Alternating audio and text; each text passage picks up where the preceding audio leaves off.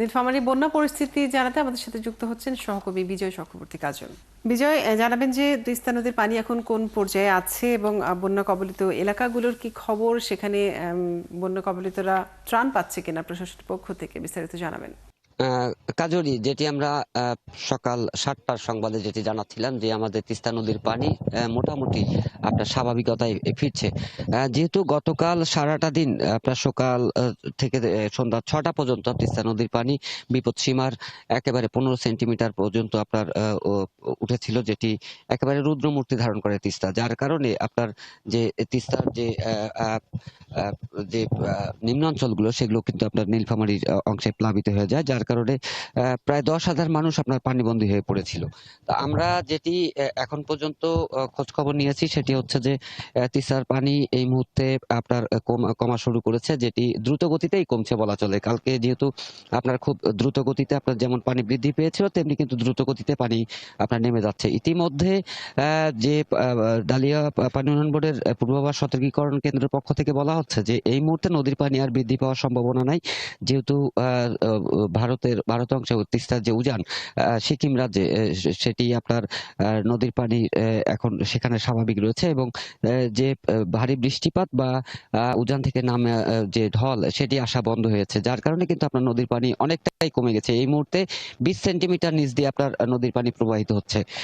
আর যদি আমরা ত্রাণের কথা বলি, যেহেতু এখন পর্যন্ত গতকালকে ১০,০০০ মানুষ পানিবন্দী হয়ে পড়ে থাকলেও নদীর পানি দ্রুত গতিতে কমে যাওয়ায় সেই সব অঞ্চল থেকে আপনার পানি ইতিমধ্যেই নেমে গেছে রাত্রের মধ্যে, যার কারণে এখন কিন্তু সকাল থেকে পরিস্থিতি অনেকটাই স্বাভাবিক, এবং যারা দুর্গত হয়েছিলেন তারা কিন্তু স্বস্তিতে রয়েছেন, কারণ হচ্ছে নদীর পানি কমছে, তাদের এই মুহূর্তে তারা তাদের যে স্বাভাবিক কার্যক্রম সেটি তারা কিন্তু আপনার চালানোর চেষ্টা করছেন, এবং তারা মোটামুটি বলা চলে যে তারা একেবারে স্বাভাবিক। যার কারণে আমরা দেখছি যে এই সব অঞ্চলের আপনার যে নীলফামারীর যে পানি উন্নয়ন বোর্ড যেটি জানাচ্ছে যে তারা আজ বিকাল নাগাদ নদীর পানি একেবারে ৪৫ থেকে ৫০ সেন্টিমিটার নিচের দিকে আপনার প্রবাহিত হবে, যেটি একেবারে স্বাভাবিক গতিতে বলা চলে। আর ত্রাণের কথা যদি বলি, যে যেহেতু উপজেলা প্রশাসন ইতিমধ্যে তারা কিন্তু তাদের যে সার্বিক পরিস্থিতি পর্যবেক্ষণ করার পরে যদি কোথাও কোনো দুর্গত হয়ে থাকে বা ক্ষতিগ্রস্ত হয়ে থাকে, সেসব পরিবারের মাঝে তারা কিন্তু আপনার ত্রাণ সামগ্রী নিয়ে প্রস্তুত রয়েছে, এবং তাদের তালিকা অনুযায়ী তাদেরকে ত্রাণ পৌঁছে দিবে, যেটি উপজেলা প্রশাসন বলছে। এদিকে কৃষি ক্ষেত্রেও আমাদের কিছুটা ক্ষতিগ্রস্ত হয়েছে, যেসব এলাকায় আপনার যেহেতু আমন মৌসুম, সেই সময় এখন আমন রোপা চলছে, সেই আমন রোপা মৌসুমে আপনার যে ক্ষেতগুলো রয়েছে সেগুলো কিছুটা বিনষ্ট হয়েছিল, যা পানিটা যদি আরো দীর্ঘস্থায়ী হয়ে থাকতো তাহলে কিন্তু আপনার এই ক্ষেতগুলো নষ্ট হয়ে যেত।